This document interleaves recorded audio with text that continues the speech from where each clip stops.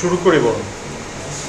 আমার এখানে লাস্ট যে সেকশনে কাজ করছি ওদের সাথে এই প্রোডাক্টের কথা তো বোধহয় তোমাদের সাথে হয়ে গেছে, যে প্রোডাক্ট ক্লাসটা করে ফেলছিলাম না ইউএমএল দেখে, এই সেকশনে হয়নি।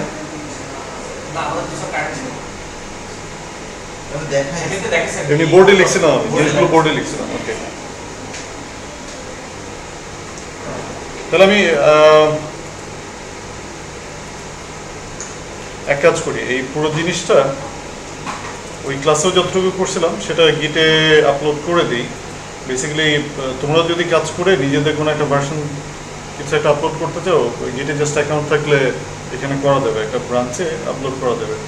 আমি এখানে যে কাজটা করবো সেটা হচ্ছে, ফর এক্সাম্পল এই প্রজেক্টটা পুরোটা আমি আপলোড করতে যাচ্ছি, এখানে এটাকে অ্যাড দেবো, তাহলে এখানে সবগুলো ফাইলকে ট্র্যাক করবে, এটা বাই ডিফল্ট করেই, যদি প্রথমবার না করা থাকে তাহলে এটা। আমি এখানে টুল থেকে তারপর হচ্ছে যেটা দিতে হয় টিমের, সরি টুল থেকে না, টিম থেকে কমিট দিতে হয়, তাহলে এখানকার চেঞ্জগুলো ওইখানে চলে যাবে। আমি জাস্ট এখানে দেখাই দিই যে আমি গিটহাবে বসে এখানে দেখতে পাচ্ছি কাস্টমার জাভা আছে, পিওএস কনসোল আছে, প্রোডাক্ট জাভা আছে। এখানে জাস্ট আমি একটা কমিট মেসেজ লিখবো যে কি চেঞ্জটা করলাম।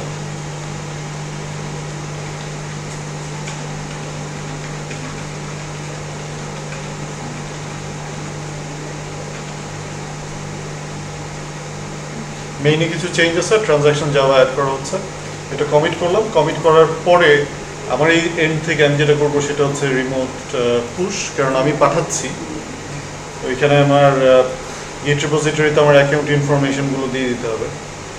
আমার ওই কেমাসান ড্যাশ ক্লাস একটা করা আছে, পাসওয়ার্ড দেওয়া আছে, দিয়ে আমি পাঠিয়ে দিলে চলে যাবে।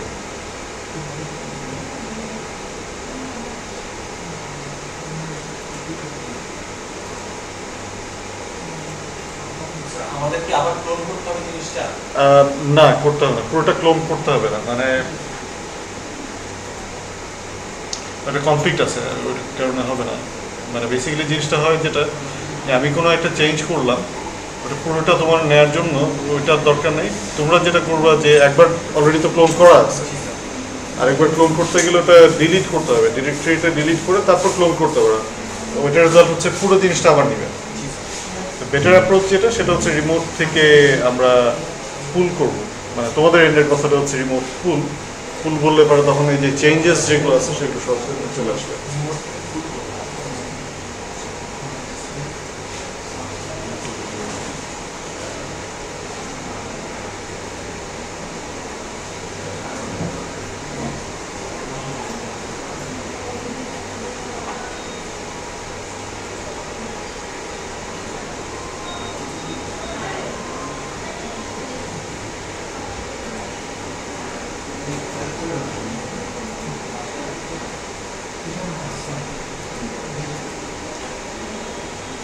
ওকে, আমি এই জিনিসগুলো করেই দেখাই, সমস্যা নয় এমন কিছু।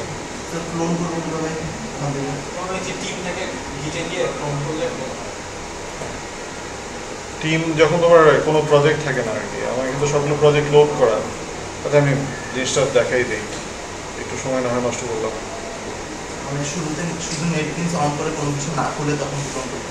হ্যাঁ, আমি দেখাচ্ছি কি করতে হবে, দেখাচ্ছি। এটা হচ্ছে আমি আমার হোমে গেলাম, নেটবিনস প্রজেক্টসে গেলাম, এখানে আমার অ্যাডভান্স জাভাটা আমি আর চেঞ্জ করলাম না, 2015 জাভা অলরেডি আছে, সেই জন্য এটাকে ডিলিট করতেছি, কারণ একবার থাকলে পারে ওটা ক্লোন করা যায় না। এটা ডিলিট করে দিলাম। তুমি যেটা করতেছো যে কপি করে নিয়ে জায়গার মতো ফেলো, তাহলে সমস্যা নাই, ওটা করা যায়, কিন্তু এটা বাজে অ্যাপ্রোচ।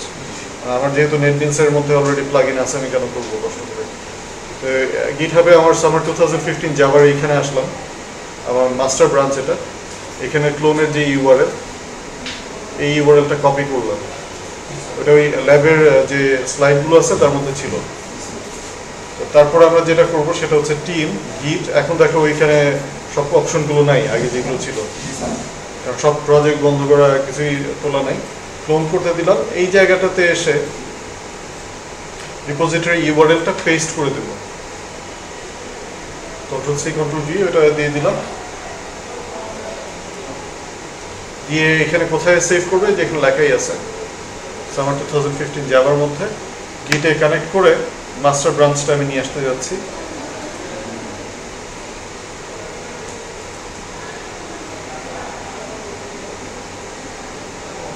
4টা প্রজেক্ট ক্লোন করছে। এবার আমি প্রজেক্টগুলোকে ওপেন করতে চাইলে কোন কোন প্রজেক্ট ওপেন করব দেখে দিলেই হয়। চাইলে সবগুলি ওপেন করতে পারি অথবা কোনো একটা সিলেক্ট করে, মানে মাল্টিপল সিলেকশন সম্ভব আর কি, শিফট ধরে। তাহলে পিওএস কনসোল অ্যাপ্লিকেশন খুললাম। এর মধ্যে এরর আছে কারণ ট্রানজ্যাকশনের যে কোডগুলো সেগুলো এখানে করে রাখা আছে।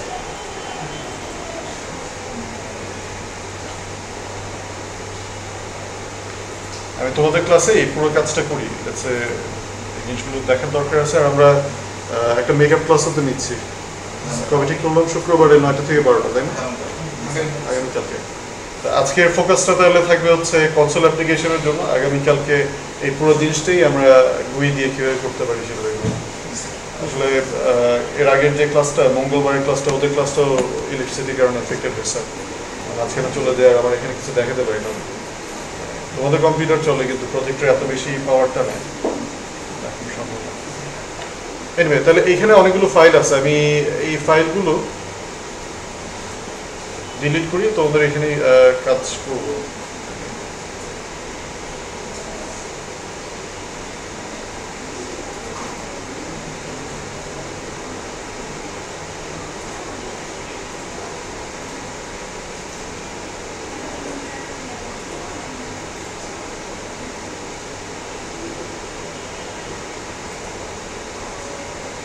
আচ্ছা, এখন এটার মধ্যে নাই, ট্রানজ্যাকশন ক্লাসটা আছে। ট্রানজ্যাকশন ক্লাসে যা কিছু চেঞ্জ, সেই চেঞ্জগুলো আমরা ব্ল্যাঙ্ক করে রাখলাম আপাতত। হ্যাঁ, আসলে ব্ল্যাঙ্ক করে ডিলিট করি না কেন। অলরাইট, তাহলে এর মধ্যে কিছু ফাইল নতুন করে অ্যাড করবো, তারপর সেগুলোকে পাঠাবো আবার।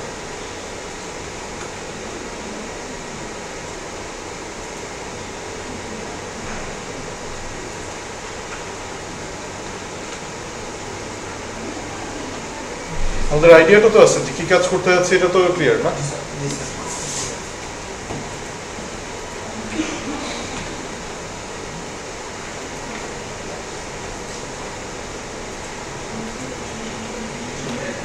হ্যাঁ, ডিলিট করলাম।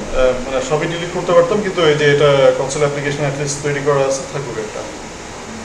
ফার্স্ট থিং যেটা আমরা করবো সেটা হচ্ছে যে আমাদের একটা ইউএমএল এর ধারণা ছিল যে প্রোডাক্টের মধ্যে কি কি রাখতে হবে।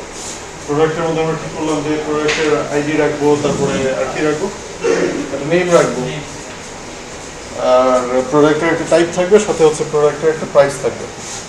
তাহলে আমরা এই একটা ডেটা টাইপ তৈরি করতে চাই, তার জন্য নতুন প্রজেক্ট আর খুলবো না। নতুন প্রজেক্ট তো এখানে এই বাটনটা কন্ট্রোল শিফট এন, সেটা না করে নিউ ফাইল একটা করবো। সিম্পলি একটা জাভা ক্লাস ফাইল, এটা হচ্ছে প্রোডাক্টের ক্লাসটা, এই প্যাকেজের আন্ডারেই থাকবে।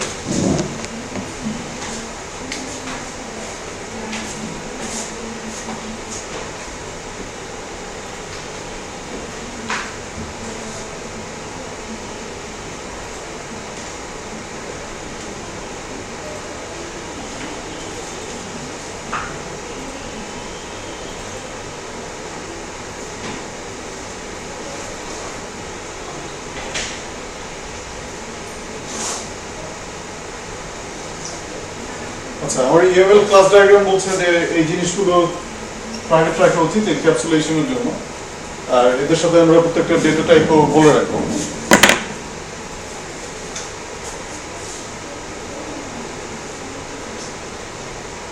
যেমন এটা হচ্ছে প্রোডাক্ট আইডিটা ইন্টিজার রাখলাম, প্রোডাক্টের নামটা স্ট্রিং, প্রোডাক্টের টাইপটা স্ট্রিং, আর ইউনিট প্রাইসটা এটা ডাবল রাখা যায়, কোনো সময় লাগতে পারে পয়সা হিসাব, এটা ডাবল দিলাম। এই হচ্ছে আমার ডেটা মেম্বার, আর এই ডেটা মেম্বারের সাথে করসপন্ডিং কিছু মেথড লাগবে। সেই মেথডগুলোর মধ্যে কিছু গেটার মেথড বা অ্যাক্সেসর মেথড দেওয়া উচিত, গেট আইডি, গেট নেম, এই ধরনের জিনিসগুলো দেওয়া উচিত। তাহলে আমি সেগুলো সবই হচ্ছে পাবলিক মেথড, সেগুলো প্লাস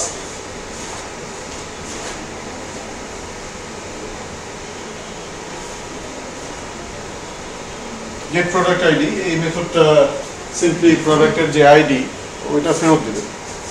এরকম ভাবে গেট প্রোডাক্ট নেই, get product type, get unit price, এই জিনিসগুলো প্রত্যেকটারই একটা করে গেটার মেথড থাকা দরকার, বুঝতে পারছি?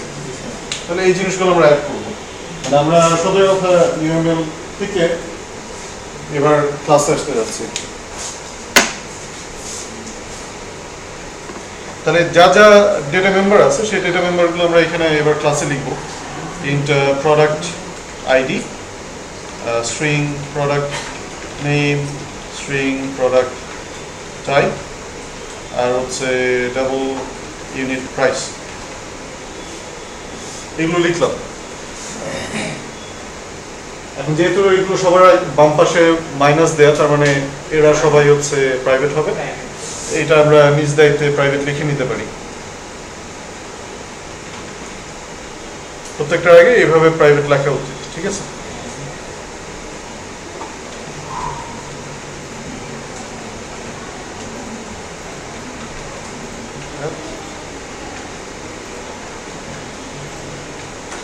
ওকে, এরপরে যেটা আমাদের করা উচিত সেটা হচ্ছে যে গেট মেথড গুলো লেখা উচিত, একটা কনস্ট্রাক্টর লেখা উচিত। কনস্ট্রাক্টরের কথা বলছি না এই সেকশনে? ওকে, তাহলে let's say get product ID, এটা দিয়ে শুরু করি। এটা একটা মেথড, এটা হচ্ছে একটা পার্টিকুলার প্রোডাক্ট অবজেক্টের আইডিটা কি সেটা ফেরত দিবে। তাহলে এখানে প্যারামিটার তো আমার কিছু পাস করার দরকার নেই, অবজেক্টটাকে আমি জিজ্ঞেস করবো তোমার আইডি কি, সেটা ফেরত যে দিবে, কি ফেরত দিবে, কি ডেটা টাইপ, ইন্টিজার ফেরত দিবে। তাহলে রিটার্ন টাইপ ইন্টিজার। যেহেতু ডেটা মেম্বারটা প্রাইভেট, এটাকে যদি আমার অ্যাক্সেস করতে হয় তাহলে তো পাবলিক লাগবে, কারণ বাইরে থেকে অ্যাক্সেস করবো। তাই লিখবো পাবলিক, লিখে আমরা এটার ভিতরে এটার মেথডে বডিটা অ্যাড করবো। এই জায়গায় আমরা সিম্পলি লিখে দেবো রিটার্ন প্রোডাক্ট আইডি।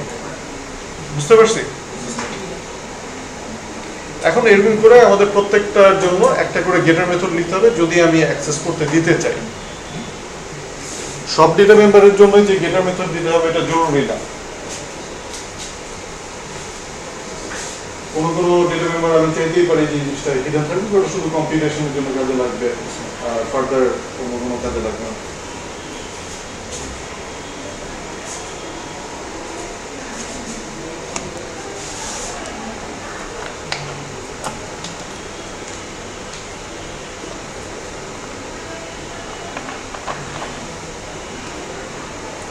একটা ছোট উদাহরণ দিই, যেমন কোনো একটা গ্রেড ইনফরমেশন রাখতে যাচ্ছে একটা স্টুডেন্টের জন্য। আমি ইন্টারনাল কম্পিটিশনের জন্য কিন্তু এ প্লাস এ মাইনাস এগুলো ইউজ করা যায় না, জানি তো। সিজিপি কীভাবে ক্যালকুলেট করি? এ প্লাসের বদলে তখন চিন্তা করতে হয় 4.0, এর জন্য চিন্তা করতে হয় হচ্ছে 3.75। কিন্তু আমি যখন জিজ্ঞেস করবো কাউকে যে তোমার গ্রেড কত, সে আমাকে বলবে এ প্লাস অর এ মাইনাস, সে কিন্তু আমাকে 3.75 এসে উত্তর বলবে না, তাই না? তাহলে ওইটার জন্য যে আমার ইন্টারনালি ডেটা মেম্বারটা রাখার দরকার আছে হয়তো, যে লেটার গ্রেডটা কি, নিউমেরিক গ্রেডটা কি। লেটার গ্রেড হচ্ছে এ প্লাস, নিউমেরিক গ্রেড হচ্ছে 4.0। এটা হয়তো আমার ইন্টারনাল কম্পিটিশনের জন্য দরকার, কিন্তু আমার এটা ফেরত দেওয়ার দরকার নেই। তাহলে ওইটার জন্য আমি গেট লিখব।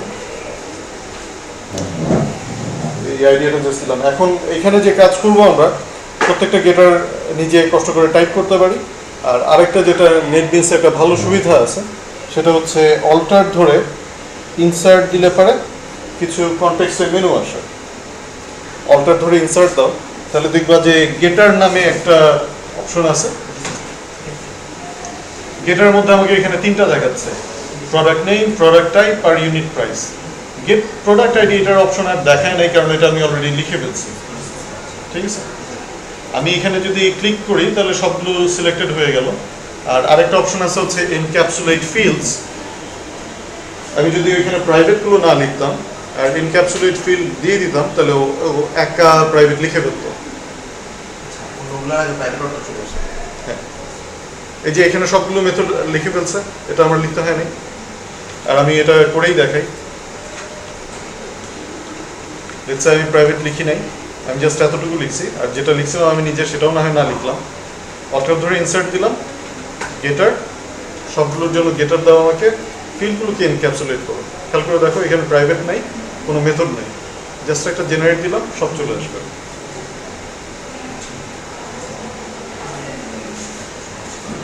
ঠিক আছে, নেটবিনসে কাজ করা অনেক কনভিনিয়েন্ট, কিন্তু তারপরেও এই মেথডগুলো নিজে হাতে লেখাটা শেখাটা উচিত। অনেক কাজে শেখা উচিত, নেটবিনস না থাকতে পারে, যখন দেখে কাজ করছে তো প্লেন একটা এডিটরের কাজ করতে হতে পারে এমন কিছু, যেমন টার্মিনাল দিয়ে যদি আমি অন্য একটা কম্পিউটারে ঢুকি সেখানে তো নেটবিনস টার্মিনালও চলবে। অথবা এর থেকে জরুরি জিনিস যেটা, পরীক্ষার সময় যখন আমি প্রশ্ন করবো তখন তার খাতার মধ্যে নেটবিনস করবো, প্র্যাকটিসটা থাকা উচিত।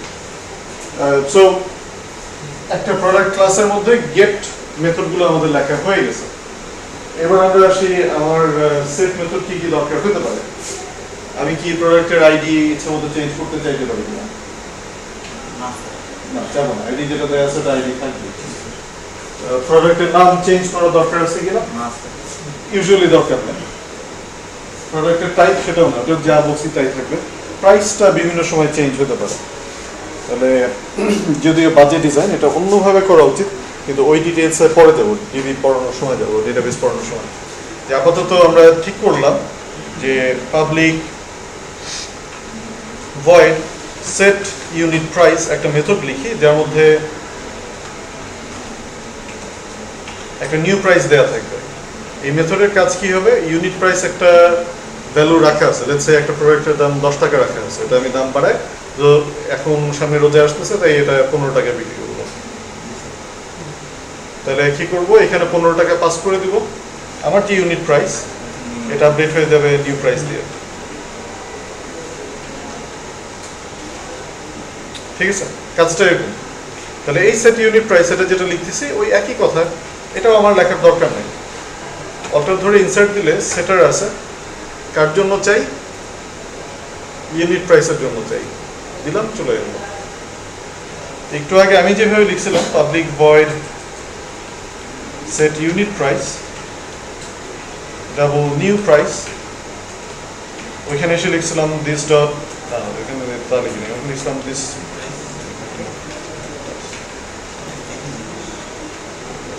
দুটার মধ্যে পার্থক্য আছে একটু। আমি এভাবে লিখছিলাম, এখন এটা এরর দেখাচ্ছে কারণ এই একই নামে দুইটা মেথড হচ্ছে, সেটা সম্ভব না। যেমন ইনটেক্স তো দুইবার ডিক্লেয়ার করা যায় না এই জায়গায়।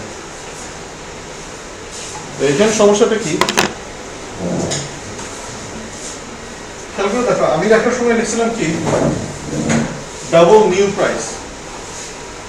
এই নিউ প্রাইসটা বসবে কোথায়, ইউনিট প্রাইস একটা আছে, সেই ইউনিট প্রাইসটা আপডেট হয়ে যাবে নিউ প্রাইস দিয়ে, আইডিয়া এটা সমস্যা না। কিন্তু যদি এরকম না করে আমি এখানে নিউ প্রাইস না দিয়ে ইউনিট প্রাইসই লিখতাম, আবার জাভা কি এটা নিয়ে কোনো কাজ করতে পারতো কিনা? Unit price equal to unit price বা এক্স ইকুয়াল টু এক্স এর কোনো মানে নেই, ভ্যালু তো আর চেঞ্জ হবে না। কিন্তু আমাদের কথা হচ্ছে যে ইউনিট প্রাইস যেটা ক্লাসে সেভ করা আছে সেটার ভ্যালু আপডেট হবে প্যারামিটারটা দিয়ে। ক্লাসে যে ভ্যালুটা আছে, ইনস্ট্যান্স যে ভ্যারিয়েবলটা, ওটাকে অ্যাক্সেস করতে চাইলে আমরা বলি দিস ডট। দিস ডট মানে এই কারেন্ট অবজেক্টের যে ডেটা মেম্বার আছে তাকে অ্যাক্সেস করো। সেই ভ্যালুটাকে চেঞ্জ করবা কিভাবে, এবার আর কিন্তু কনফিউশন নাই। ইউনিট প্রাইস যেটা প্যারামিটার হিসেবে আসবে সেটাকে রাখবো শুধু ইউনিট প্রাইস, যেটা ক্লাসে স্টোর করা আছে সেটা হচ্ছে দিস ডট ইউনিট প্রাইস। তুমি যদি সেম নাম নাও দাও তাহলেও প্রোগ্রামার হিসাবে এই কাজটা করা উচিত, ওটা না করলে কম্পাইল এরর হবে তা না। লিস্টটা দেওয়া উচিত এই কারণে যে তোমার কোডটা পড়াটা খুব ইজি হবে। জিনিসটা পড়লে পরে আমি সাথে সাথে বুঝবো যে এটার মানে হচ্ছে যে আমার এই ক্লাসে একটা ইনস্ট্যান্স মেম্বার আছে, ডেটা মেম্বার আছে, তাকে আমি চেঞ্জ করতে যাচ্ছি, অন্য কিছু কেনা। কথা একটু বেশি লিখতে হলো, কিন্তু পরে আর এটা নিয়ে কোনো কনফিউশন থাকবে না। মানে এমন হতে পারে যে এটা একটা লোকাল ভ্যারিয়েবলকে তুমি চেঞ্জ করতেছো কিনা। অলরাইট, তাহলে আমরা গেটার আর সেটার নিজেরা লিখতে পারি, প্লাস নেটবিনসকে দিয়ে লেখাতেও পারি। এবার যেটা বাকি রয়ে গেছে সেটা হচ্ছে একটা কনস্ট্রাক্টর অ্যাড করার কাজ।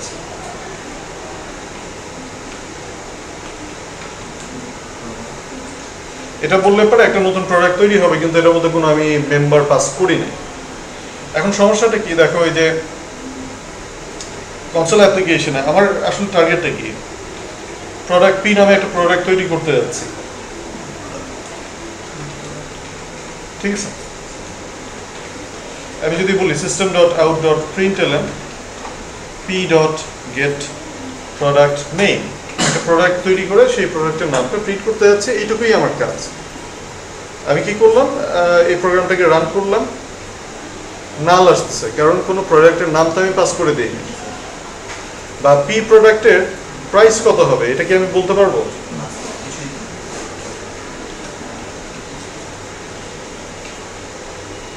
প্রোডাক্ট প্রাইস এটা বলতে পারছি না। আচ্ছা, এখানে একটা মজার সমস্যা আছে, সেটা হচ্ছে প্রিন্টএলএন দিয়ে আমি ডাবল বা ইন্টিজার কিন্তু ডিরেক্টলি প্রিন্ট করতে পারবো না।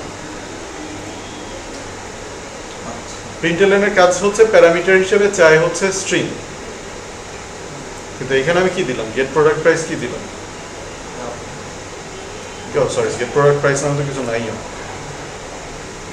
কি সব বলি না, P dot get unit price, এটা একটা ডাবল ফেরত দেয়, তাই না? আর এটা আপডেট করছে, বা চমৎকার। আগে এই জিনিসটাকে সমস্যা ছিল যে মানে শুধুমাত্র কোনো একটা ইন্টিজার, হচ্ছে আমি 10 এখানে প্রিন্ট করতে যাচ্ছি বা 100 প্রিন্ট করতে যাচ্ছি, এটা করতে দিবে না, তখন এটা স্ট্রিং বানায় নিয়ে করতে হতো। এটা এখন আর লাগে না, মানে আগে এই কাজটা করতে হতো আর কি, সেটা বলতেছিলাম। আমি ধরে নিয়েছিলাম এখনো লাগবে, কারণ প্রিন্টএলএন যেভাবে লেখা ছিল এখন একটা ওভারলোড করছে। আমরা সিতে ফাংশন ওভারলোডিং করছি, মানে ধরো একটা অ্যাড ফাংশন দুইটা ইন্টিজার অ্যাড করতে পারে, দুইটা ডাবল নাম্বার অ্যাড করার জন্য কি আর একটা অ্যাড ফাংশন লিখবো না, সেম নামই তো, ওই যে সেম নামের দুটো ফাংশন হলে পরে তখন হচ্ছে ওভারলোড হবে, ফাংশন ওভারলোডিং। আমি এটা ভেঙে বলবো আর কি, আপাতত সমস্যা হচ্ছে না যেহেতু, তাই আমি লিখে ফেলি করা যায়। হ্যাঁ, হ্যাঁ হ্যাঁ, ওটা টেমপ্লেট দিয়ে করাটা better approach, much better approach. কিন্তু তার আগে আমরা যখন টেমপ্লেট ছিল না তখন ওভারলোড করতাম। এই যে এখন এই প্রোডাক্টের প্রাইস হচ্ছে 0.0, এই পি প্রোডাক্টের প্রাইস আমরা যদি একটা সেট করতে চাই, সেট ইউনিট প্রাইস কল করা যাবে। 15 টাকা আমি এটাকে সেট করলাম, এটা প্রিন্ট করলে এবার 15 টাকা আসলো। তাহলে এবার নামও যদি দিতে হয়, নামটাও কি করতে হবে, এরকম সেট নেম একটা লিখতে হবে, আইডি একটা দিতে গেলে সেট আইডি লিখতে হবে। এই কাজগুলো তো খুবই ইনকনভিনিয়েন্ট। প্রোডাক্ট একটা তৈরি করার সময় আমি কিন্তু আর আইডি কিভাবে জানি, তার নাম কিভাবে জানি, প্রোডাক্টের টাইপ কিভাবে জানি, ইভেন প্রোডাক্টের প্রাইস কত হবে সেটা আমার তৈরির সময় জানা আছে। তাহলে তৈরির সময় আমি সাপ্লাই করতে পারি না, আমার জন্য তো এটা অনেক বেশি সুবিধার হতো যদি আমি এরকমভাবে লিখতে পারতাম। প্রোডাক্ট আইডি হচ্ছে 101, প্রোডাক্টের নাম হচ্ছে লেটস সে ম্যাটাডোর পেন, এটা হচ্ছে একটা স্টেশনারি প্রোডাক্ট, আর এটার দাম হচ্ছে লেটস সে 5 টাকা 50 পয়সা। এই যে কথাটা লিখলাম, এটা করলে পরে আমি এবার চাইলে কিন্তু গেট ইউনিট প্রাইস বললে সে এবার সোজা বলবে যে 5 টাকা 50 পয়সা। বুঝতে পারতেছি? কিন্তু এটা এখন এরর দিচ্ছে কারণ এরকম কোনো ফ্যাসিলিটি আমি তৈরি করি নাই। আমি কোনো এমন কনস্ট্রাক্টর তৈরি করি নাই যেটা 4টা প্যারামিটার নিয়ে কাজ করতে হবে। আমার এখানে কনস্ট্রাক্টর কি আছে, কনস্ট্রাক্টর আছে হচ্ছে যেটা কিছু নেয় না। এখন আমি যদি বলতে চাই যে আমি একটা কনস্ট্রাক্টর বানাবো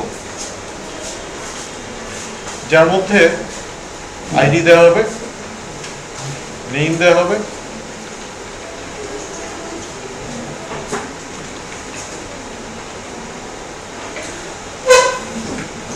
আর প্রাইস দেওয়া হবে, এই 4টা জিনিস আমি দিয়ে দিব। দিয়ে দিলে পরে তখন কি করবে, এই আইডিটা কোথায় সেভ করবে, প্রোডাক্ট আইডিতে, নেমটা প্রোডাক্ট নেমে, টাইপ যাবে প্রোডাক্ট টাইপে, প্রাইস যাবে ইউনিট প্রাইসে। তাহলে এটা লিখতে পারি আমরা this dot product ID equal to ID, parameter হিসেবে যে আইডি পাঠাবো সেটা এখানে বসবে। This dot name, sorry name না, this dot product name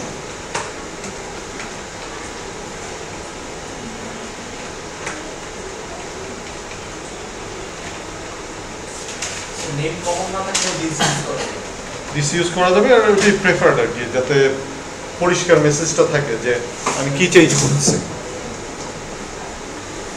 this এই পার্টিকুলার সিনারিওতে দিস না লিখলেও চলতো। এই যে এখন এরর চলে গেছে, এবার যদি আমরা এই প্রোগ্রামটাকে রান করি 5.5 পাচ্ছি, তার কারণ হচ্ছে যে এই যে প্রোডাক্টটা তৈরি করলাম কনস্ট্রাক্টর দিয়ে, তার প্রাইস হচ্ছে এটা। অন্যান্য ডিটেলসগুলো প্রিন্ট করি, লেটস সে প্রোডাক্টের আইডিটা প্রিন্ট করি, প্রোডাক্টের নেমটা প্রিন্ট করি, এইগুলো সব কিছু প্রিন্ট করতে গেলে আমরা দেখবো যে 101 ম্যাটাডোর পেন 5.5 টাকা দাম চলে আসছে। বুঝতে পারছি কীভাবে কাজ করবে? তাহলে এই কনস্ট্রাক্টর কাজটা আমাদেরকে অনেক হেল্প করছে আর কি। আর এই কনস্ট্রাক্টরগুলো নিজেদের লিখতে হবে এটা না, নেটবিনসকে বললে লিখে দিবেন।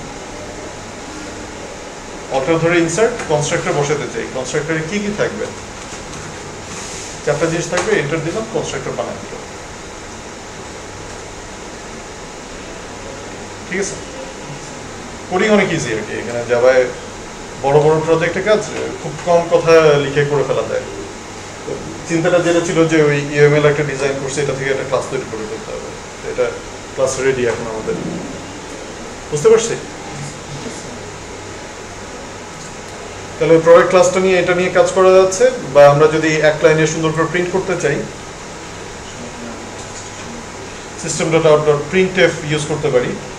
একটা ফরম্যাট দিলাম, লেটস সে আইডিটা কি একটা ইন্টিজার %d, তারপর হচ্ছে নেমটা একটা স্ট্রিং %, তারপর হচ্ছে টাইপটা একটা স্ট্রিং %, আর দামটা ফ্লোট বা ডাবল। তাহলে এখানে প্যারামিটার হিসেবে দিয়ে দিব প্রোডাক্টের নাম পাবো কি হবে, সরি আইডি পাবো হচ্ছে গেট প্রোডাক্ট আইডি, এরপরে প্যারামিটারটা হচ্ছে P dot get product name, তারপরে P dot get product type, আর P dot get unit price. এগুলো দিলে পরে তাহলে আমি এক লাইনে সবাইকে প্রিন্ট করে দিতে পারবো। নিউ লাইন যদি একটা এক্সট্রা চাই তাও দিয়ে দেওয়া যাবে, F6 দিলাম, এরা সব এক লাইনে চলে আসবে। আর তুমি যদি বলো দশমিকের পর 2 ঘর থাকবে শুধু,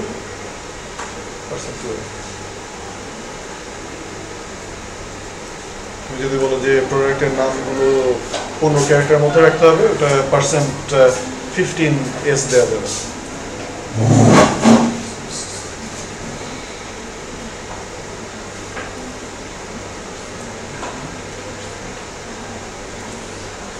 এই যে তখন এই এতটুকু জায়গা রাখলে হচ্ছে এটার জন্য।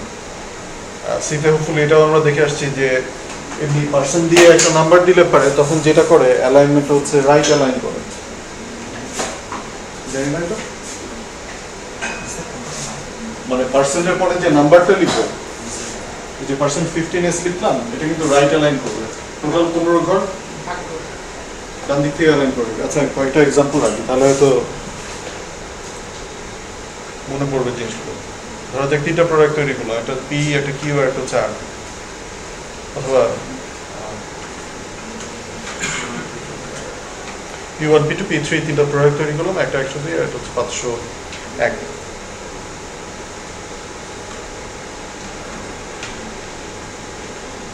একটা ইকোনো পেন আর একটা হচ্ছে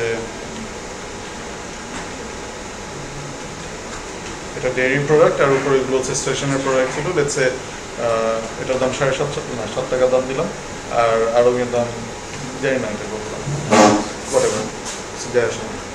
তাহলে এই যে প্রোডাক্টগুলো তৈরি করলাম, এবার এগুলোর অবজেক্টগুলোর নাম হচ্ছে পি না, এটা P1।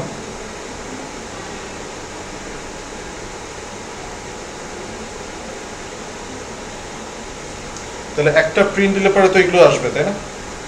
একটা প্রোডাক্টের এইভাবে আসবে। ওইটার আইডিটা একটু বড় করে দিয়েছে, 5001 করি, কারণটা একটু পরে দেখা যাবে। Shift down arrow.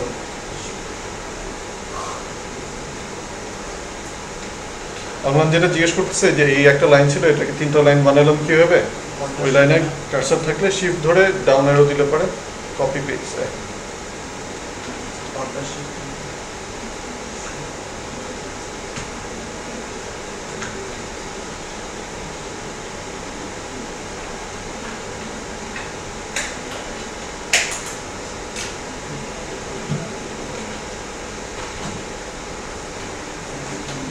আমি নিজে করে নিজে ভুলে গেলাম। না ওটা সোয়াপ করে অদ্ভুত।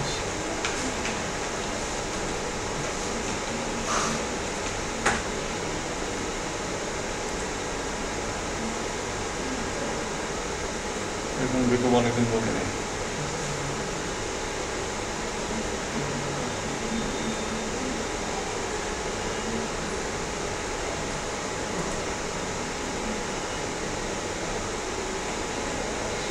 Control shift down.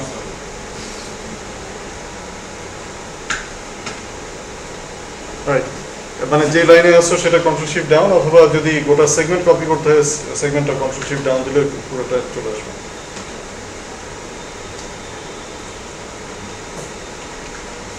P2 আর P3 এর জন্য এই সেম জিনিসগুলো রিপিট করতে যাচ্ছি।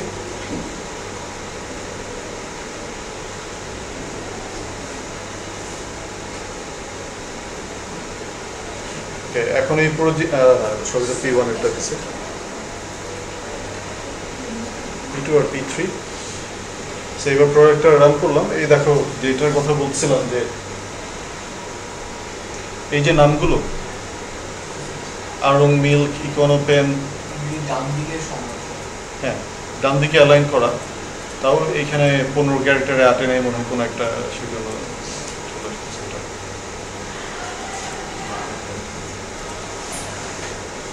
এই যে এগুলো 15 ক্যারেক্টার দিয়ে বলা হচ্ছে। এদেরকে যদি আমি লেফট অ্যালাইন চাই, 15 ক্যারেক্টারই নিব নামের জন্য, কিন্তু লেফট অ্যালাইন করতে যাচ্ছে বা 20 ক্যারেক্টার নিব যাচ্ছে। সেফ থাকে, নাম তো একটু বড় হইতেই পারে।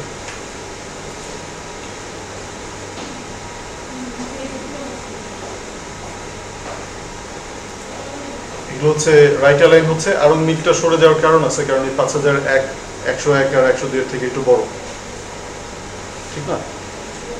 বা তুমি যদি প্রোডাক্ট আইডিও বলতে চাও যে এটা হচ্ছে 5 ঘরে অ্যালাইন থাকবে, %5 দিয়ে বলি, এটা কি লেফট অ্যালাইন নাকি রাইট অ্যালাইন? Right align. এই দেখো সবই রাইট অ্যালাইন। এই যেটা প্রাইসগুলো অন্যগুলো দিয়ে এফেক্টেড হচ্ছে, এগুলো সবগুলো বললে পরে ঠিক হতো। একটু চেঞ্জ করে দিচ্ছি আমি। এটা যদি -20s দিই, সেটার এফেক্ট কি ছিল? লেফট অ্যালাইন হবে। আগে ম্যাটাডোর পেন আর ইকোনো পেন এগুলো ডান দিকে সরে গেছে, তো বাম পাশে চলে আসছে।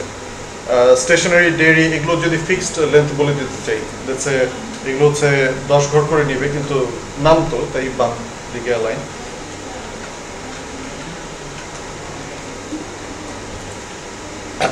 এবার ঠিক আছে, কিন্তু এখানে আবার সমস্যা হয়ে গেছে। দামগুলো সব রাইট অ্যালাইন হলে ভালো না, অ্যাটলিস্ট ডট মিলবে।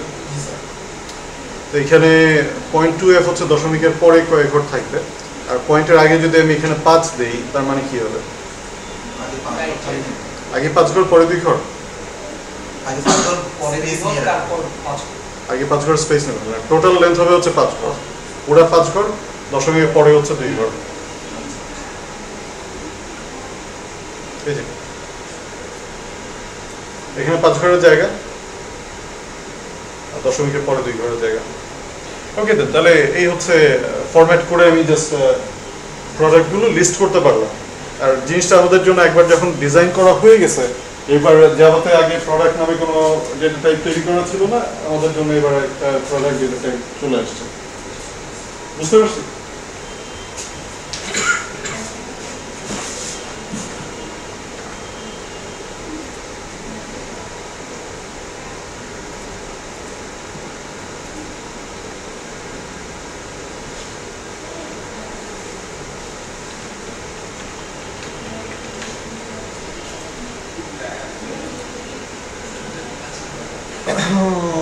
team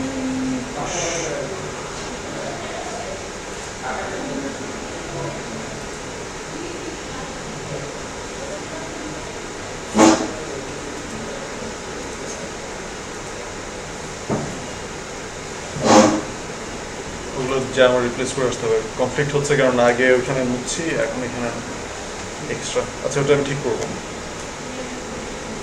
নিজেই কনফ্লিক্ট তৈরি করছে। ওকে, তাহলে একটা খুব সিম্পল একটা প্রোডাক্ট ক্লাস আমরা তৈরি করতে পারলাম। এবার আমরা যে কাজটা করতে চাই সেটা হচ্ছে যে আরেকটা ক্লাস লাগবে, এই কাস্টমার ইনফরমেশন রাখতে যাচ্ছি। কাস্টমার কি রাখবো, কাস্টমার হচ্ছে আইডি রাখতে পারি, কাস্টমার নাম কি রাখতে পারি, আর ফোন নাম্বার রাখলাম, ছোট কিছু জিনিসই রাখি। সেম অ্যাপ্রোচ, নতুন একটা ফাইল তৈরি করব, জাভার একটা ক্লাস হবে যার নাম হবে হচ্ছে কাস্টমার।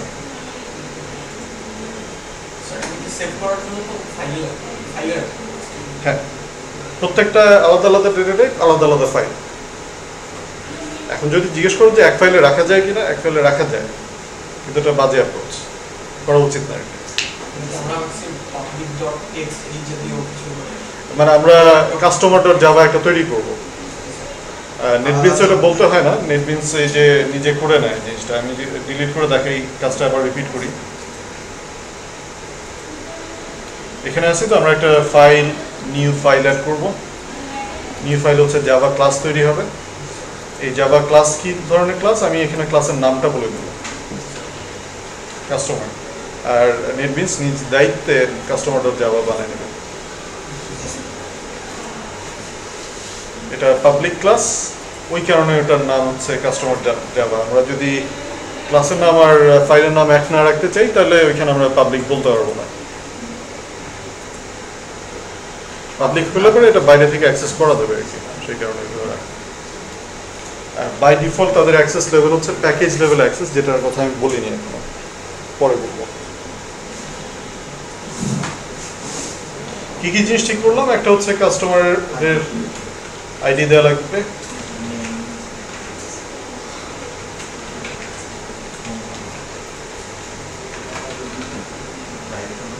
এগুলো সবই প্রাইভেট হবে, আমার এত কষ্ট করে লেখার কিছু নাই। আমি অল্টার ইনসার্ট দিব, কনস্ট্রাক্টরটা তৈরি করতে বলবো, তিনটাই লাগবে, দিলাম, কনস্ট্রাক্টর হয়ে গেল। অল্টার দিয়ে ইনসার্ট দিব, গেটার বানাতে বলবো সবার জন্য, ফিল্ডগুলোকে এনক্যাপসুলেট করতে বলবো, প্রাইভেটটাও লিখে দিবে, শেষ। এমনিতে আমার কাস্টমার আইডি বা নাম চেঞ্জ হওয়ার তেমন কোনো দরকার নাই। নাম হয়তো চেঞ্জ করার দরকার হতে পারে, কিন্তু তাও দিতে যাচ্ছি না। ফোন নাম্বারটা চেঞ্জ করার দরকার হতে পারে, আমার একটা সেলফোন ছিল হারিয়ে গেছে, অন্য একটা নাম্বার নিলাম। সেটারে এসে তাহলে ফোন নাম্বারের জন্য একটা সেটার দিচ্ছি, ক্লাস শেষ। বানানোর কাজটা হয়ে গেছে। তাহলে আমি মেইন থেকে এটা টেস্ট করতে চাই, যদি চাইলে একটা কাস্টমার তৈরি করতে পারবো। Let's say customer C1 equal to new customer, এটা একটা নাম্বার দিই 20112, এরকম একটা নাম্বার দিলাম। কাস্টমারের নাম লেটস সে মোহাম্মদ আশিকুর রহমান, আর কাস্টমার একটা ফোন নাম্বার দিতে হবে, এটা একটা স্ট্রিং হিসাবে দেওয়া প্রবাবলি নাকি, হ্যাঁ স্ট্রিং। তাহলে এটার নাম্বারটাও দিয়ে রাখলাম 01711 কিছু একটা। এটা আশিক স্যার নাম্বার না, তৈরি করছি। C2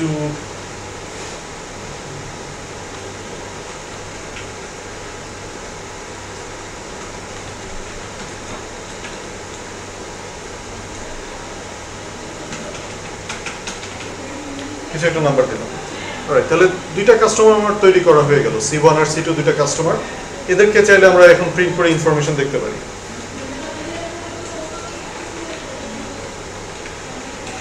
ঠিক করলাম হচ্ছে 6 ডিজিটে কাস্টমার আইডি দেখাবে, তারপর হচ্ছে 25 লেন্থ স্ট্রিং এ নাম দেখাবে, নামগুলো লেফট অ্যালাইন হবে, আর হচ্ছে 11 ডিজিট ইউজ করে ফোন নাম্বারগুলো দেখাবে। এটা আসলে অ্যালাইন করা তেমন কিছু নেই, কারণ সবাই সেম ডিজিট হবে। যদি ডিফারেন্ট হয় তাহলে কোনটা রাখতে যাচ্ছে, ল্যান্ড ফোনের নাম্বার আর সেল ফোনের নাম্বার ডিফারেন্ট হতে পারে ফরম্যাটে। C1.get customer ID, C1.get customer name, C1.get phone number. এটা বললে পারে প্রোডাক্টের ইনফরমেশনের পরে এই দেখো একটা কাস্টমার ইনফরমেশন প্রিন্ট দেওয়া হয়ে গেছে।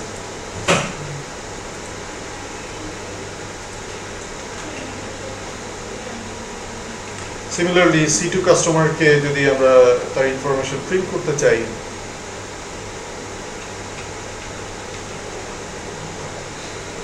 C2 কাস্টমার ইনফরমেশনও চলে আসছে। বুঝতে পারছি? এখন একটা পয়েন্ট অফ সেল সিস্টেমে কি ঘটবে? পয়েন্ট অফ সেল সিস্টেমে লেটস সে মোহাম্মদ রাকিবুল হাসান এই দোকানে গেল 2 লিটার দুধ কিনলো। 1 লিটার দুধের দাম হচ্ছে 75 টাকা, আর 1 লিটারও 75 টাকা, তাহলে 150 টাকা তার বিল আসবে। সাথে লেটস সে দোকানে 15% ভ্যাটও চার্জ করে, 150 টাকার উপরে 15% ভ্যাট বসালে পরে হচ্ছে 22.5 টাকা অ্যাড হবে। তাহলে 172 টাকা 50 পয়সা হচ্ছে পে করতে হবে, সেই বিলটা ওইভাবে চলে আসবে। আমরা সেদিকে মুভ করতে যাচ্ছি। আমাদের দুইটা টাইপ তৈরি হয়ে গেছে, প্রোডাক্ট আর একটা হচ্ছে কাস্টমার। কাস্টমার প্রোডাক্ট কিনে দোকান কি দেখবে? দোকান দেখবে হচ্ছে যে কাস্টমার আমার ডেটাবেজে রাখা আছে।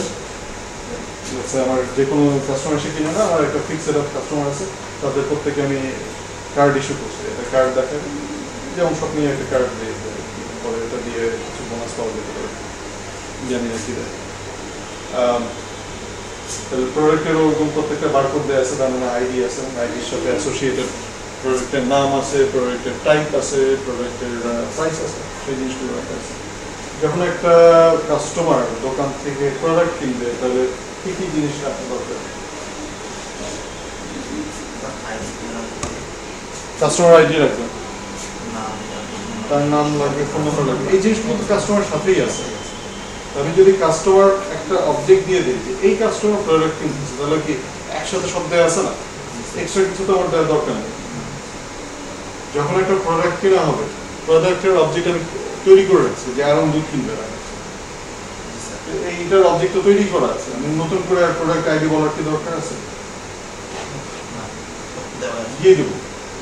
C2 হচ্ছে রাকিব স্যারের যে কাস্টমার, সেটা C2 কাস্টমার কিনবে হচ্ছে প্রোডাক্ট P3, এটা বলে দিলাম।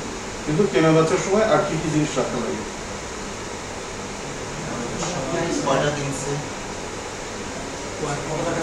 এই জিনিসটা ইম্পর্টেন্ট। হ্যাঁ, মানে কয়টা কিনছে সেই জিনিসটা ইম্পর্টেন্ট। কত টাকা দিচ্ছে, হ্যাঁ সেটাও ইম্পর্টেন্ট, কারণ কত টাকা ফেরত আসবে সেটা বলতে হয়। কিন্তু যখন ট্রানজাকশনটা হয়ে যাচ্ছে, এই জিনিসটাকে আমার রেকর্ডে রাখার দরকার আছে। সে আমাকে 1000 টাকা নোট দিয়েছিল, আমি ভাঙতে এত টাকা, এটা রেকর্ডে রাখার দরকার নেই।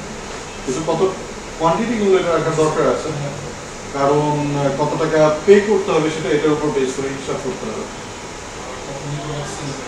হ্যাঁ, সেটাও অটোমেটিক্যালি ডেটাবেসে যাতে হয়।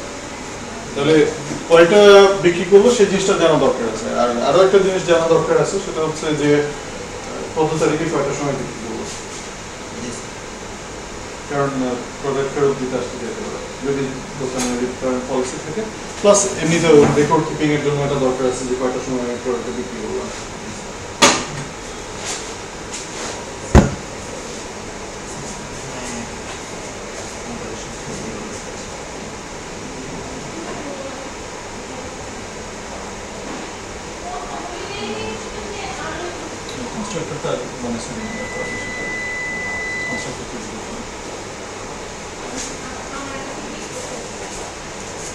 আচ্ছা, তাহলে ট্রানজাকশন হবে, কাস্টমার দোকান থেকে প্রোডাক্ট নিয়ে আসবে, এই ট্রানজাকশনের একটা টাইপ তৈরি করা দরকার।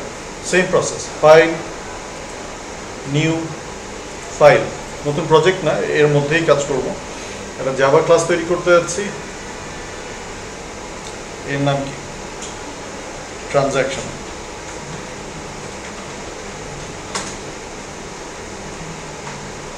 এই ট্রানজাকশনে কি কি জিনিস লাগবে?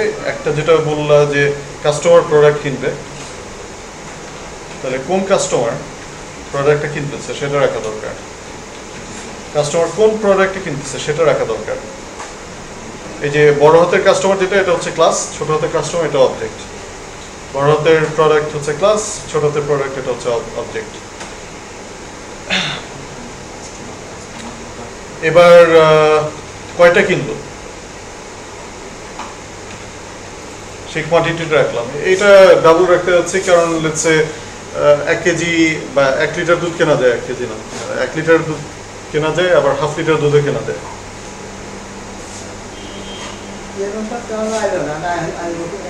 আসবে, জানি স্যার। হ্যাঁ,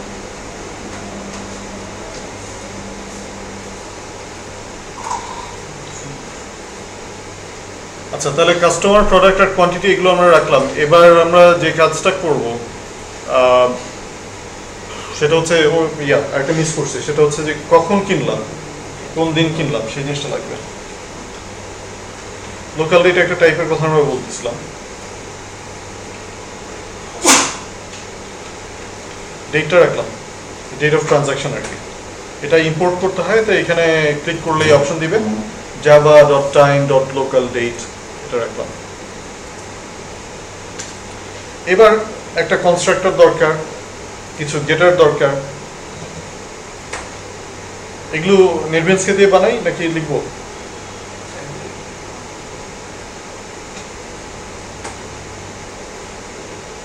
মানে কনস্ট্রাক্টর তো এইভাবে দিয়ে দিলে পরে কনস্ট্রাক্টর তৈরি হয়ে যাবে।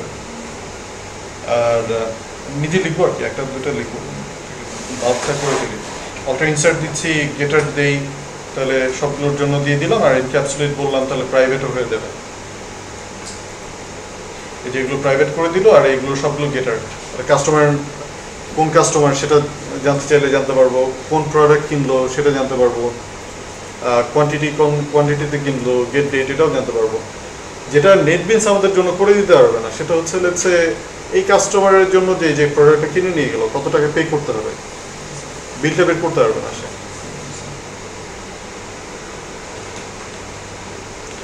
গেট বিল এরকম একটা মেথড লেখা দরকার, যেটা আমাদের শিখাইতে হবে জাভাকে কিভাবে বিল বানায়।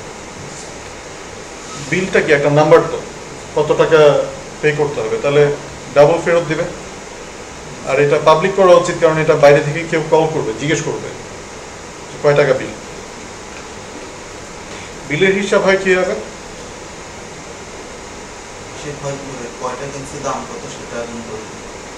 সেটাই।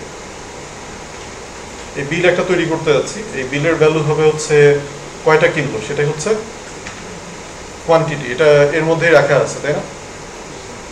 এটা যে রাখা আছে এভাবে লেখা যায়, দিস ডট কোয়ান্টিটি। আমার এখান থেকে আমি পাচ্ছি কোয়ান্টিটি। প্রাইসটা পাবো কার কাছ থেকে? ইউনিট প্রাইস কোথায় রাখা আছে? প্রোডাক্টের সাথে। তাহলে হচ্ছে প্রোডাক্ট যে অবজেক্টটা, তাকে জিজ্ঞেস করবো তোমার ইউনিট প্রাইস কত। আর তারপর যেটা বললো যে এদের দুইজনের মধ্যে কি হবে, গুণ হবে। তাতে যে বিলটা তৈরি হলো সেই বিলটা ফেরত দিয়ে দেবো। এই তুমি যদি এর উপরে 15% ভ্যাট বসাতে চাও, তাহলে কি হবে, বিল হবে বিল যা ছিল তার সাথে 1.15 করবো, তাই তো? তাহলে সব কম্পিউটেশন সহ আমি ফেরত পাঠিয়ে দিচ্ছি। এই ট্রানজাকশনের বিল কত সেটা জানা যাবে। বুঝতে পারছি? কাজটা একটু করে দেখি। মেইন থেকে লেটস সে একটু কিছু ট্র্যাক রাখি।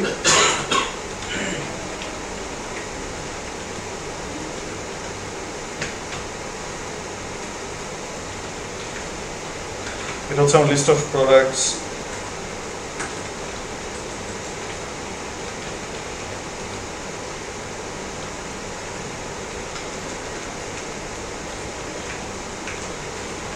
List of customers. এর আগে একটা নিউ লাইন দিয়ে নিই যাতে একটা গ্যাপ থাকে। আর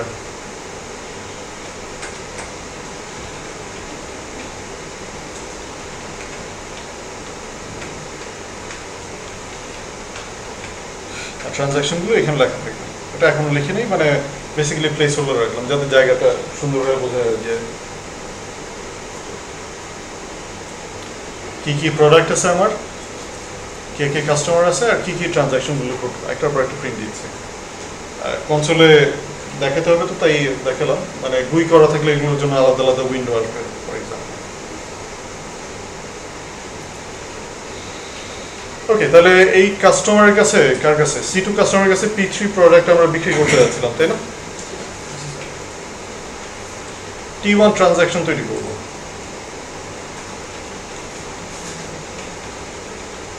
এটা একটা কনস্ট্রাক্টর আছে, যা যা প্যারামিটার চাই সেই প্যারামিটারগুলো তো দিতে হবে। এখন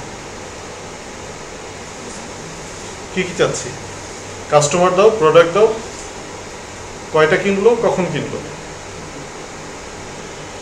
বুঝতে পারছি? আচ্ছা, কোয়ান্টিটি ডাবল দিছেন ওই যে বললাম যে অর্ধেক কিনতে পারি, হাফ লিটার দুধ কিনতে পারি। আচ্ছা ওই তাহলে C2 কাস্টমার, এই যে রাকিব স্যারকে কি বিক্রি করব? দুধ বিক্রি করব। দুধের প্রোডাক্ট কই? P3। কয়টা বিক্রি করব? লেটস সে 2.5 লিটার দুধ বিক্রি করলাম। কবে বিক্রি করলাম? এই মুহূর্তে টাইম যত তততে বিক্রি করলাম। এটা খুব ইজিলি করা যায়। লোকাল ডেট ডট নাও। পিওএস গুলোতে যেভাবে হয় যে আমরা যখন বারকোড স্ক্যান করার পর কিন্তু আর কেউ হাতে টাইম লাগে না, হাতে ডেট লাগে না, কারণ সিস্টেম থেকে টান দিলেই হয়। এখনকার ডেট কত, এখনকার টাইম কত বললেই হয়, চলে আসে।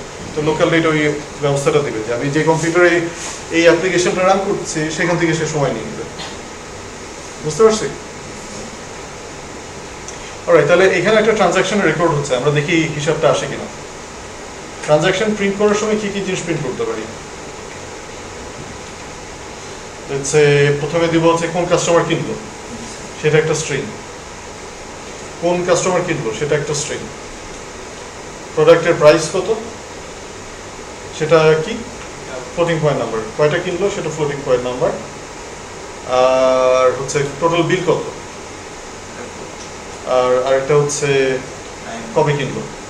এটা শুরুতে দিলে পরে হয়তো ভালো হতো। আচ্ছা, এক এক করে বলি, এখানে বলছি কবে কিনলো সেটা শুরুতে দেব। তাহলে এটাকে বলবো হচ্ছে T1 হচ্ছে ট্রানজাকশনের নাম। ওকে জিজ্ঞেস করলাম গেট ডেট, এটা বললে পরে লোকাল ডেটটা চলে আসবে। তারপরে আসলো হচ্ছে কে কিনলো, T1 ডট গেট কাস্টমার, কিন্তু এর নামটা চাই। গেট কাস্টমার হলে পরে তো পুরো কাস্টমার ইনফরমেশন আসছে। ডট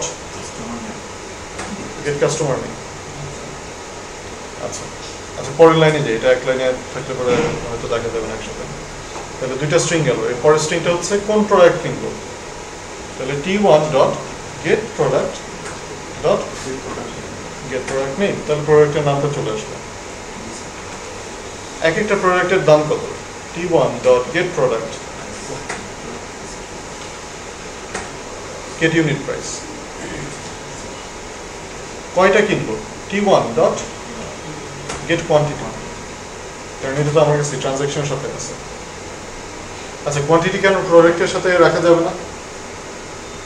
এক প্রোডাক্ট কোয়ান্টিটি এক একজন এক এক কোয়ান্টিটিতে প্রোডাক্ট কিনতে পারে, কিন্তু সবাই সেম দামে কিনবে। তাই দামটা প্রোডাক্টের সাথে, কোয়ান্টিটিটা ট্রানজাকশনের সাথে। আর হচ্ছে টোটাল বিল কত সেটা, তাই না? T1 ডট গেট বিল। তাহলে এই পুরো জিনিসটা চলে আসছে আমার। 3 লাইনে ভেঙে লিখছে, নাহলে এক লাইনে অনেক লম্বা হতে পারে। রান করলাম, এই যে ট্রানজাকশন, কত তারিখে ট্রানজাকশন? 2015 সালের জুন মাসের 11 তারিখ মোহাম্মদ রাকিবুল হাসান কিনলো, আরন মিল্ক কিনলো 75 টাকা দিয়ে 2.5 লিটার। টোটাল দাম আসছে 215 টাকা। ঠিক আছে, স্যার ট্রানজাকশন ক্লাসটা দেখি বিলেটটা একটু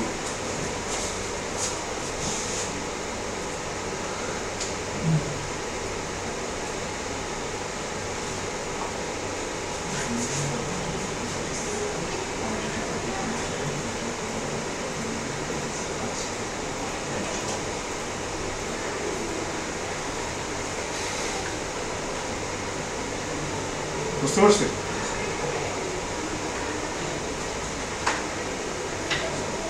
স্যার 1.15 টা দিছিলাম 15% ভ্যাটের জন্য। কোন প্রশ্ন করতে হবে? এটা মানে রেট যা হবে সেই অনুযায়ী। আর 1.15 এখানে এইভাবে লেখাটা বেশ খারাপ অ্যাপ্রোচ। এটা এখানে লেখে না, কারণ ধরো ভ্যাট কোনো কারণে সরকার চেঞ্জ করলো, পার্সেন্টেজটা চেঞ্জ করলো, তখন আমার পরে খুঁজতে হবে যে কোথায় কোথায় আমি কোনোভাবে ভ্যালু দিয়েছিলাম। ওগুলো সিতে হয়তো আমাদেরকে শেখানো হয়েছে যে ডিফাইন ইউজ করো অথবা কনস্ট্যান্ট ইউজ করো, ওই এক জায়গায় যাবে। কম সময় করার জন্য বলে নিচ্ছি, খারাপ কাজ করছে এভাবে করো।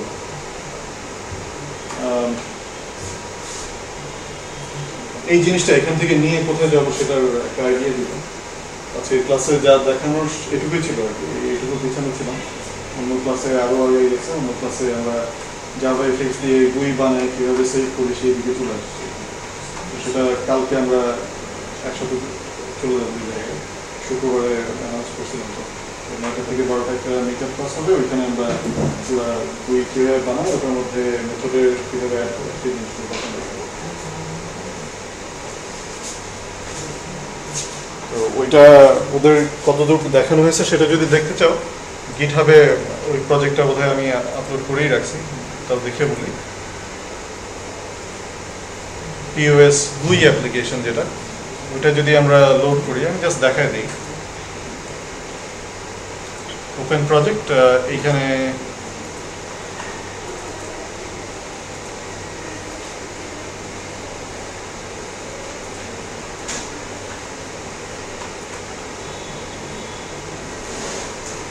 গুই অ্যাপ্লিকেশনটা রান করলে পরে আমরা দেখবো যে এরকমভাবে আইডি, নেম, ফোন নাম্বার, এটা হচ্ছে কাস্টমারের ভিউটা। একটা কাস্টমারের আইডি দিলাম, লেটস সে এরকম একটা আইডি দিলাম, হাসান তারিক স্যারের জন্য আমি একটা এন্ট্রি দিতে যাচ্ছি।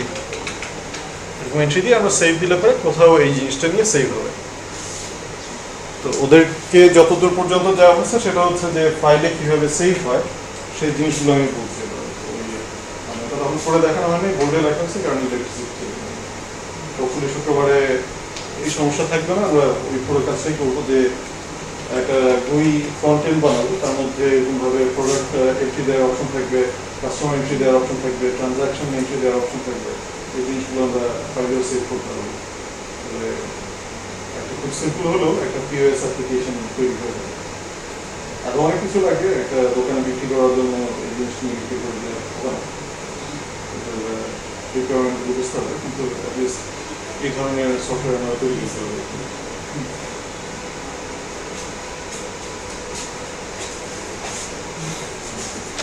তো এগুলিতে কি একটা পর একটা ইনফরমেশন করে সেভ কি হয়ে থাকে? কি ফাইল যে ডেটাবেস এগুলি আপাতত ডেটাবেসে সেভ হবে, সরি ফাইলে সেভ হবে, একটা প্লেন টেক্সট ফাইলে সেভ হবে। কিন্তু এইটা রেকমেন্ডেড অ্যাপ্রোচ ডেফিনেটলি না আর কি, কারণ ফাইল থাকলে যে কেউ এই অ্যাপ্লিকেশন ছাড়াই ফাইলটা খুলে চেঞ্জ করতে পারে, সিকিউরিটিগুলো থাকে না। প্লাস তুমি চিন্তা করো যে একটা দোকানের জন্য করতেছে তো, তাই না? অনেকগুলো কাউন্টার আছে, একসাথে বিক্রি হচ্ছে কিন্তু সব কাউন্টারে।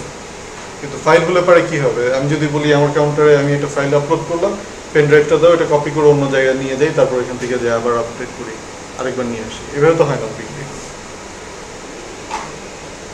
তাহলে আমরা ওই যে কাজগুলো করবো সেগুলো সব ডেটাবেসড হবে, একটা ডেটাবেস সেন্টার্ড অ্যাপ্রোচ হবে আর কি। ডেটাবেস থাকবে একটা কোনো সেন্ট্রাল সার্ভারে, ওই সার্ভারে সবাই কানেক্ট করবে, কানেক্ট করে কাজ করবে। এটা সেকেন্ড মিড টার্মের আগে এগুলো সব হয়ে যাবে।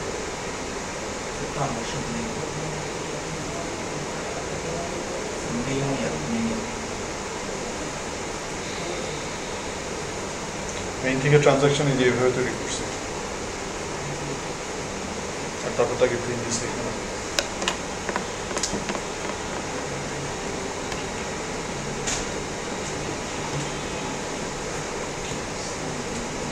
এগারো, 6, 15।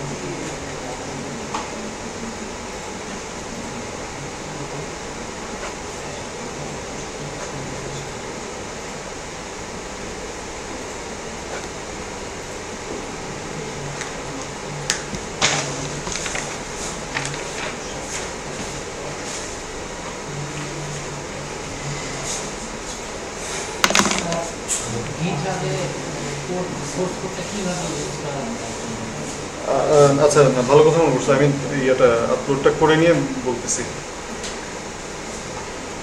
আর রেকর্ডিংটাও বন্ধ।